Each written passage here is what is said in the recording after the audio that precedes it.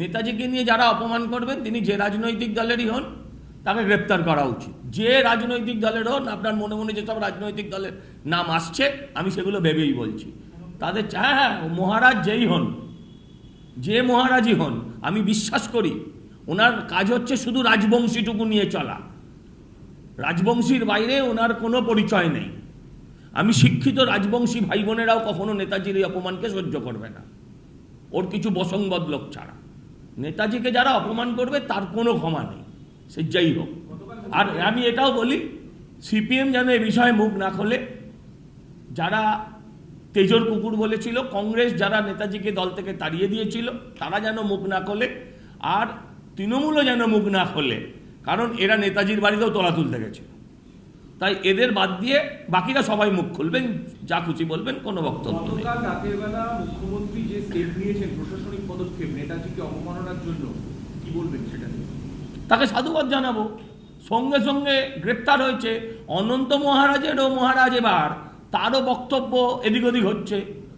শুনুন, নেতাজিকে নিয়ে কিছু বললে বাঙালি কেন, ভারতবর্ষের কোনো মানুষ সেটাকে ভালো চোখে দেখতে পারেন না। জনপ্রিয়তা না, বিতর্ক পাওয়া। এই জনপ্রিয় হচ্ছে না, ঘৃণ্য তৈরি হচ্ছে, এটা জনপ্রিয়তা বলে না। ওকে নিয়ে আলোচনা হচ্ছে, বদনাম হচ্ছে। এখন যদি ভাবে যে ও বদনামেও নাম আছে, তাহলে কিছু বলার নেই। এটা দল ভাববে, কিন্তু দলের বাইরেও আমি বাঙালি, আমি বাংলার একজন ছেলে, আমি দলেরই কর্মী। আপনি যেমন বলছেন উনি রাজ্যসভার সাংসদ, আমিও সেরকম দলেরই কর্মী। আমার দলের প্রত্যেকটা মানুষের, কোনো মানুষেরই এর প্রতি সমর্থন হতে পারে না। আমি ওই 3-4টে রাজনৈতিক প্রজাতির কথা বললাম, তারা ছাড়া। অন্নপূর্ণা ভান্ডার নিয়ে একটা বিতর্ক হচ্ছে যে নির্বাচনের আগে যে প্রতিশ্রুতি দেওয়া হয়েছিল, এখন বলা হচ্ছে 10,000 টাকা ইনকাম হলে আর দেওয়া হবে না, বা পুরো এলাকায় 3টে ঘর থাকলে তারা পাবেন, যে এইটা মানুষের সঙ্গে প্রতিশ্রুতি ভঙ্গ। সবাই পেয়ে যাবে, আপনি লাস্টে দেখবেন সবাই পেয়ে যাবে। সরকারি নিয়মকানুন কিছু তো বলতে হয়। সরকার কি একদম বলবে যে অন্নপূর্ণা ভান্ডার যে মানে সেক্সের জায়গায় মেল লেখে সেও পাবে? সে তো বলেনি, আগেরবার পেয়েছিল। সেরকমভাবে এখানেও দেখবেন সবাই পাবে আলটিমেটলি। বাজারে যে গুজব রটানো হচ্ছে সেটা রাজনৈতিক, নিশ্চিন্তে থাকুন সবাই পাবে। 3টে ঘর, একটা ঘর না দেখতে পেলেই হলো, অসুবিধা কি আছে?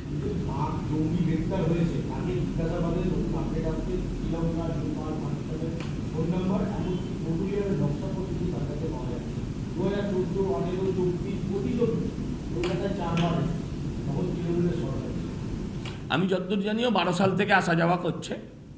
হ্যাঁ, তো আমার বক্তব্য হচ্ছে, দেখুন ওদের কাছে ফোর্ট উইলিয়ামের নকশা পাওয়া যাবে, এটা স্বাভাবিক। ওরা বিদেশের ফোন নাম্বার থাকবে, এটা স্বাভাবিক।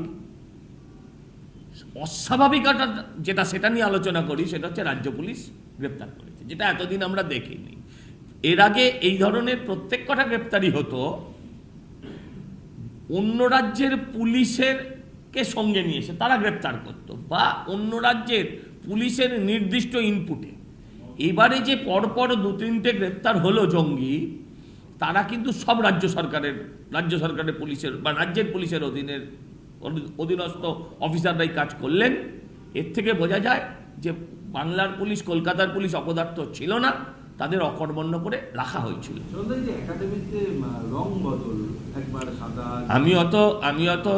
আমি অত শিল্প মানসিকতার লোক নয়, আমি অত শিল্পীর এই ব্যাপারটা আমি জানি না, একাডেমি ফাইন আর্টস, কিন্তু আমি বুঝি এই সব জায়গা নিয়ে ছেলে খেলা হওয়া উচিত না। তার যা ঐতিহ্য সেটাই বজায় থাকা উচিত, এর বেশি আমি এই নিয়ে কিছু মন্তব্য করব। আমি যা ছিল তাই থাকা উচিত, এর বাইরে আমি কিছু বলবো না। আমি এটা নিয়ে উনিও একজন শিল্পী মানুষ, এগুলো নিয়ে শিল্পীরা বললেই ভালো। রাজনৈতিক শিল্পীদের সব ব্যাপারে তার নিপুণতা দেখাতে হবে এমন কথা কোথাও লেখা নেই, দেখালে পুরোটা দেখাবেন।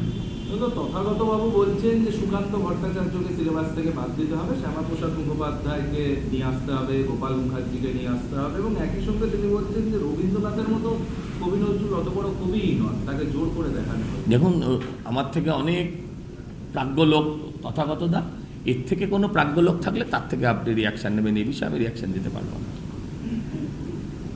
মন্ডল তিনি বিদেশে চলে গিয়েছেন, মুখ্যমন্ত্রী নিজেও বলছেন, আবার দেখা যাচ্ছে যে পুলিশ গ্রামে মাইকিং করছেন তার ফিরে আসার কথা বলে।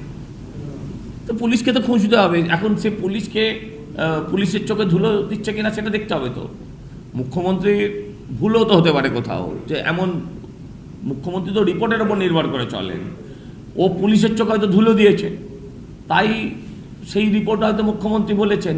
কিংবা পুলিশেরও তো চাল হতে পারে যে তোমাকে এদিকে বলছি চলে এসছো তুমি বলে আরেক দিকে খুঁজে বার করছি। যেমন আজকে এর বাড়িতেও যেমন গেছে, নান্টু ঘোষের বাড়িতেও গেছে, আবার পুরী থেকেও ধরে নিয়েছে, দুটোই তো হয়েছে। এগুলো পুলিশই চাল, পুলিশই ব্যবস্থা, পুলিশ করবে। এইসব না নিয়ে টুলু মণ্ডলের মেয়ের বিয়ে নিয়ে আলোচনা করুন না।